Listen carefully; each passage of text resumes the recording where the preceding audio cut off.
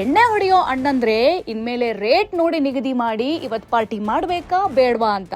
ದಿನ ಕುಡಿಯೋ ಅಣ್ಣಂದ್ರು ಇನ್ಮೇಲೆ ಒಂದು ಸ್ವಲ್ಪ ಯೋಚನೆ ಮಾಡಿ ಮದ್ಯದ ರೇಟ್ ಜಾಸ್ತಿ ಆದ್ರೆ ವಾರಕ್ಕೊಂದ್ಸಲ ತಿಂಗಳಿಗೆ 2 ಸಲ ಅಷ್ಟೇ ನಿಮ್ಮ ಪಾರ್ಟಿಯನ್ನ ನಿಗದಿ ಮಾಡ್ಕೊಂಬಿಡಿ. ಯಾಕಂದ್ರೆ ಸರ್ಕಾರ ನಿಮ್ಮ ಮೇಲೆ ಕಣ್ಣಿಟ್ಟಿದೆ.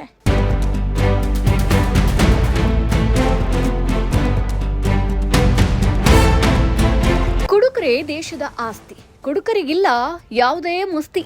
ಸರ್ಕಾರದ ಕಣ್ಣು ಅಬಕಾರಿ ಇಲಾಖೆ ಮೇಲೆ ಎಂಬುದು ನಿಜವಾಗಿದೆ. ಮದ್ಯದ ಅಂಶ ಆಧರಿಸಿ ತೆರಿಗೆ ವಿಧಿಸೋಕೆ ಸರ್ಕಾರ ನಿರ್ಧಾರ ಮಾಡಿದೆ ಮತ್ತು ದರ ಹೆಚ್ಚಳದ ಸುಳಿವು ಕೊಟ್ಟಿದ್ದು ಮದ್ಯ ವ್ಯಾಪಾರಸ್ಥರಿಗೆ ಸರ್ಕಾರ ಶಾಕ್ ಕೊಟ್ಟಂತಾಗಿದೆ.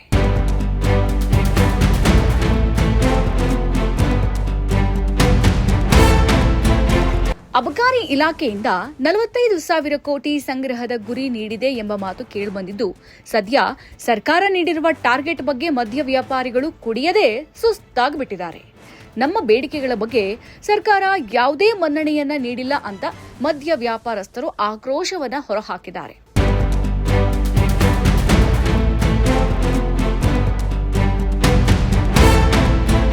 ಎರಡು 2026-27ನೇ ಸಾಲಿನಲ್ಲಿ ಅಬಕಾರಿ ಇಲಾಖೆಗೆ 45,000 ಕೋಟಿ ರೂಪಾಯಿ ಟಾರ್ಗೆಟ್ ಅನ್ನು ಕೊಟ್ಟಿದೆ. ಯಾವ ಅಂಶ ಇಟ್ಕೊಂಡು ಇಷ್ಟು ಆದಾಯ ನಿರೀಕ್ಷಿಸಿದೆಯೋ ಗೊತ್ತಿಲ್ಲ. ಪ್ರಸ್ತುತ ಅಬಕಾರಿ ಆದಾಯ 2-3 ಕೋಟಿ ಖೋತಾ ಎಂಬ ಮಾಹಿತಿ ಇರುವ ಸ್ಲ್ಯಾಬ್ಗಳನ್ನು ಮತ್ತಷ್ಟು ಇಳಿಕೆ ಮಾಡುವ ಬಗ್ಗೆ ತೀರ್ಮಾನಿಸಿದ್ದು ಖಂಡನೀಯ.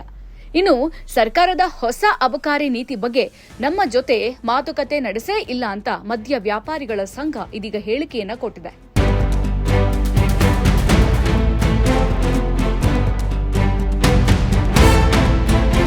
ಸರ್ಕಾರದ ಹೊಸ ಅಬಕಾರಿ ನೀತಿಗೆ ವ್ಯಾಪಾರಿಗಳ ವಿರೋಧ ಇದೀಗ ಉಂಟಾಗಿದೆ. ಅಬಕಾರಿ ನೀತಿ ಬದಲಾವಣೆ ವಿರುದ್ಧ ಮದ್ಯ ವ್ಯಾಪಾರಿಗಳು ಇದೀಗ ಅಸಮಾಧಾನವನ್ನ ಹೊರಹಾಕಿದ್ದಾರೆ. ಸದ್ಯ ಚಾಲ್ತಿಯಲ್ಲಿರುವ ಅಬಕಾರಿ ನೀತಿಯನ್ನೇ ಮುಂದುವರಿಸಬೇಕಿತ್ತು. ಹೊಸ ಅಬಕಾರಿ ನೀತಿಯಲ್ಲಿ ಆಗುವ ಬದಲಾವಣೆಯಿಂದ ಸಮಸ್ಯೆ ಹೆಚ್ಚುತ್ತೆ. ಮದ್ಯದ ಅಂಶದ ಮೇಲೆ ಸುಂಕ ನಿಗದಿ ಅಂದ್ರೆ ದರದಲ್ಲಿ ವ್ಯತ್ಯಾಸವಾಗುತ್ತೆ ಅಂತ ಹೇಳಿದ್ದಾರೆ.